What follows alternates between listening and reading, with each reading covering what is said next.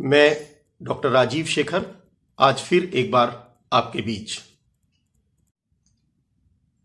कल रात अचानक से एक बड़ी शॉकिंग न्यूज़ टीवी पर आई कि सदी के शहंशाह अमिताभ बच्चन कोरोना पॉजिटिव हैं। थोड़ी देर बाद ही एक दूसरी खबर आई कि उनके बेटे अभिषेक बच्चन भी कोरोना पॉजिटिव पाए गए हैं और दोनों लोगों को नानावटी हॉस्पिटल बॉम्बे में एडमिट करा दिया गया है। ये खबर बहुत कुछ सोचने पर मजबूर करती है। अमिताभ बच्चन हमेशा से इस देश के बच्चे से लेकर बूढ़े तक हर किसी के चहेते कलाकार रहे हैं। हर कोई उन्हें बिल्कुल अपने परिवार के सदस्य की तरह, अपने मित्र की तरह, अपने नाते रिश्तेदार की तरह समझता है और अमिताभ बच्चन से शायद बच्चा भी उतना ही प्रभावित है आज की पीढ़ी का जितना हमारे समय के लोग जब अमिताभ बच्चन फिल्मों के सुपरस्टार हुआ करते थे। आज भी वो सुपरस्टार तो हैं ही। बात सिर्फ अमिताभ बच्चन को कोरोना होने की नहीं है, बात यह है कि हमें यह सोचने पर मजबूर होना पड़ रहा है कि कोरोना कितनी भयानक बीमारी है। कोरोना ना अमीर देखता है ना गरीब देखता है। कोरोना ना बच्चा देखता है ना बड़ा देखता है। कोरोना ना वीआईपी देखता है ना एक आम आदमी देखता है। कोरोना ना एक बड़े आदमी को देखता है और ना एक छोटे आदमी को देखता है। कोरोना की नजर में सब बराबर हैं। हर किसी को कोरोना हो सकता है।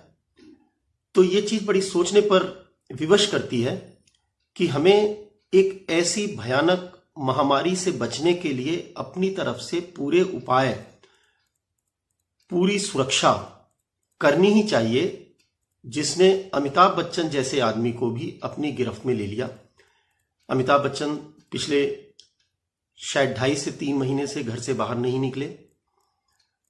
अपने आप की तरफ, अपने शरीर की तरफ वो हमेशा बहुत ज्यादा ध्यान देते हैं, बहुत ज्यादा कॉन्शियस रहते हैं। अमिताभ बच्चन के घर में शायद साफ सफाई की पूरी व्यवस्थाएं होंगी जो हमारे घरों में शायद नहीं भी होती होंगी, लेकिन उसके बावजूद भी अमिताभ बच्चन को इस बीमारी ने अपनी गिरफ्त में लिया।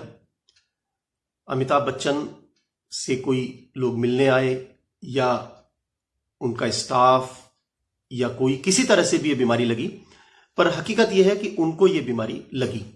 तो हम जो एक आम जन है उनको इस बीमारी को लगने के तो बहुत बहुत बहुत ज्यादा चांस हैं और हमें इस बीमारी से बचने के लिए सिर्फ एक ही उपाय है और वो है अपने आप को सुरक्षित रखना, अपने चेहरे पर मास्क लगाना, लोगों से कम मिलना और अगर मिलना है तो वो भी फिजिकल डिस्टेंसिंग का पालन करते हुए मिलना, अपने हाथ को बार बार धोना, अपने आप को सुरक्षित रखना।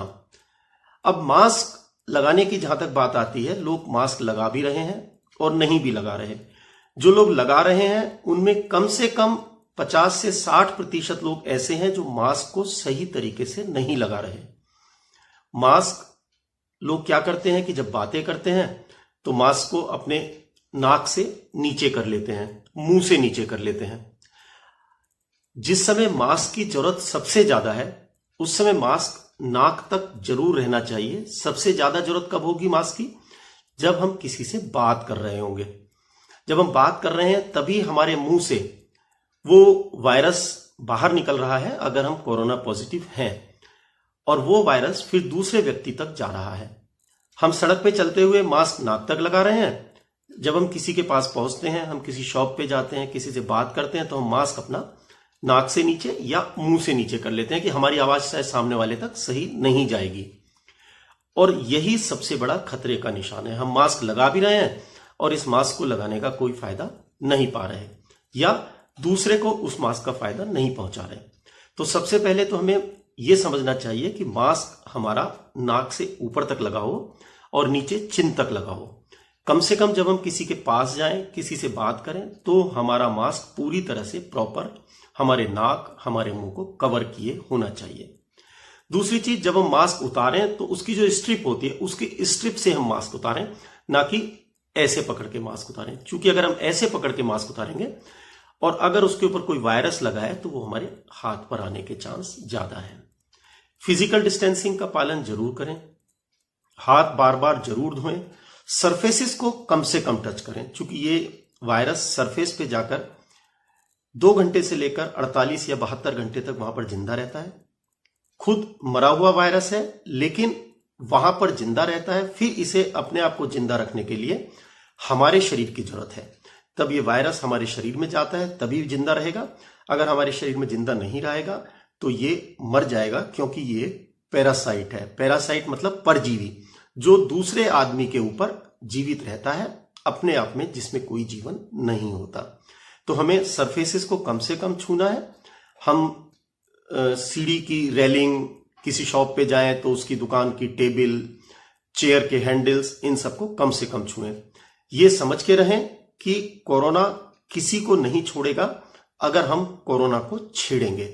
अगर हम कोरोना से बचेंगे, कोरोना को नहीं छेड़ेंगे, तो कोरोना हमारा बाल भी बांका नहीं कर सकता।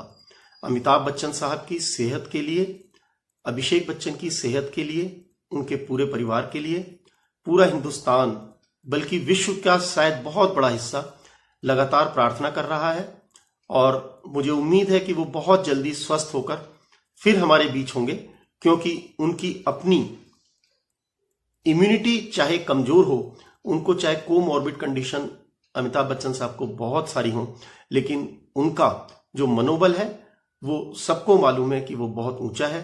उनकी सोच बहुत पॉजिटिव है, जो किसी भी बीमारी से लड़ने के लिए, किसी भी दुश्मन से लड़ने के लिए सबसे ज्यादा जरूरी होती हैं। हम उम्मीद करते हैं कि वो जरूर ठीक होकर हमारे बीच फिर से उपस्थित होंगे। हमें फिर से उनकी फिल्में देखने का मौका मिलेगा, लेकिन हमें उनकी बीमारी से, उनके बीमार होने से एक बहुत बड़ी सीख लेनी है कि कोरोना से बचकर रहें, सुरक्षित रहें।